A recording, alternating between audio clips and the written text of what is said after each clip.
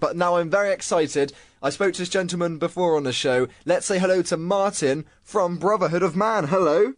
Hi, how you doing? I'm good, thanks. How are you? Good. You got all our friends on, I see. We have Brotherhood of Fizz. I mean, that was a new one that we've had. I enjoyed that very much. Who knows, another career starting.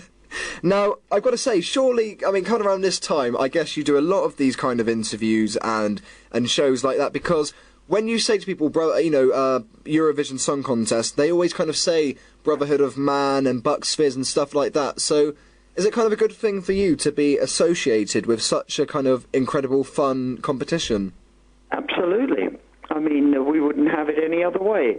I mean, what other, unless you're an athlete, the Olympics or whatever, how else can you bring home a medal for Great Britain? And that's exactly what we done. We brought home a medal for Great Britain, but it's usually only athletes that get this sort of accolade.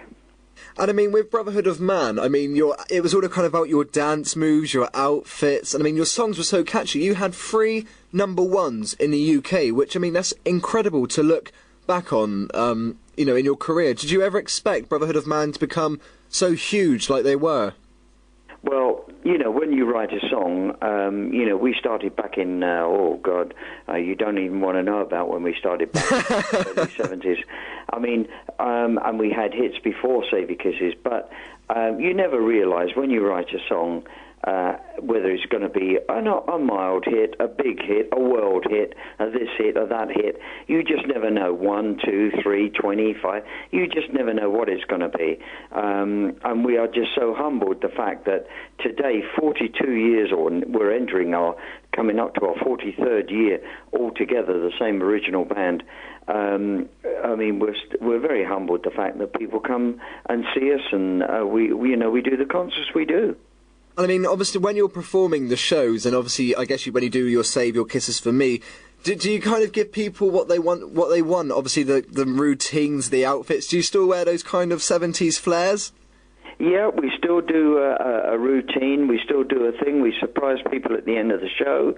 I mean, it's amazing how many youngsters, may I say, maybe 18 or 17 or even younger, even down to 10, know the song and start singing the song and all our songs. I mean, but I guess that's because the parents are 70s fans and they've just got sort of brought up with that kind of thing, which is fantastic.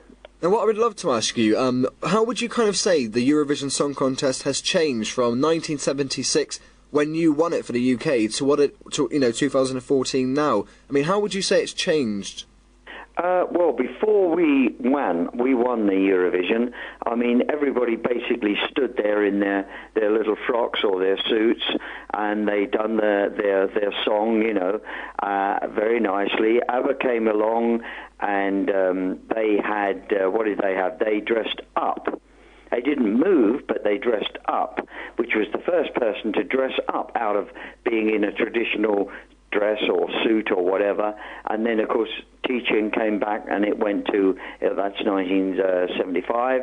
They went back to the traditional situation, which is one of my favourite songs, actually. And then we came along and we dressed and we done choreography, which was the first time any choreography had been done. And since then, everybody's gone crazy. And that's what I mean. That's what Eurovision's kind of about. The outfits and the dance routines. It's what makes it memorable. But I've noticed nowadays a lot of kind of slower songs, ballads, almost are entering the show every year. And looking back years ago, you didn't necessarily have a lot of... I mean, the songs were quite catchy, almost quite poppy. So would you say that's one of the big changes in recent years? I think in the past, they had to be very catchy. Yes. I mean, they still have to be semi-catchy today. I mean, because people have to remember the song or be able to like the song pretty much instantly. But it's not so much the case, I don't think, today, because strange songs win, and then when some of the songs today, you need to hear them 3 or 4 times.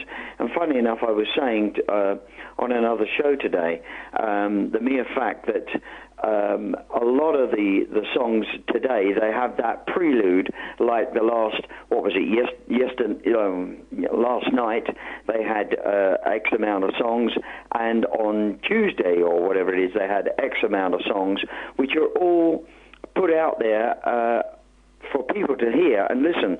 Well, we never had that opportunity, and the mere fact that Molly, who's representing us this year, she hasn't got that opportunity because she's automatically going through into the Eurovision.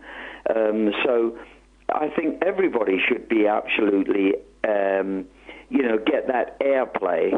And it wasn't in our day. You weren't allowed to actually air the song till about, I think, a week or two before, and then it wasn't actually on a show. They couldn't see what you were doing.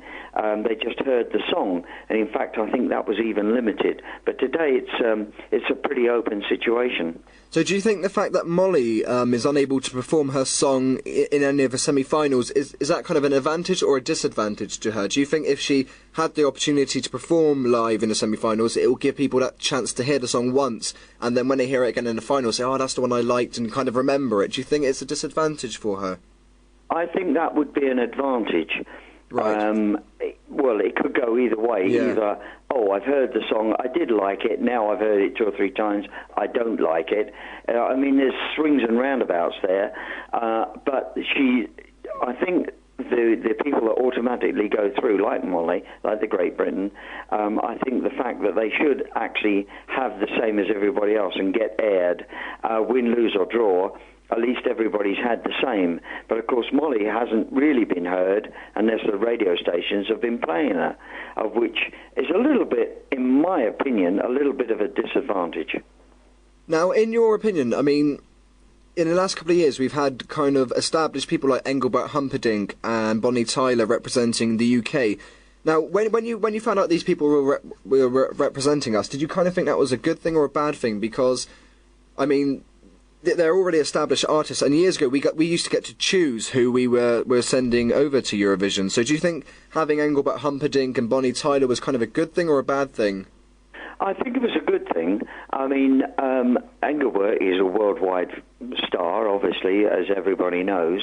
But I think what people don't understand is it's the biggest singing contest, musical contest in the world, and getting bigger and bigger.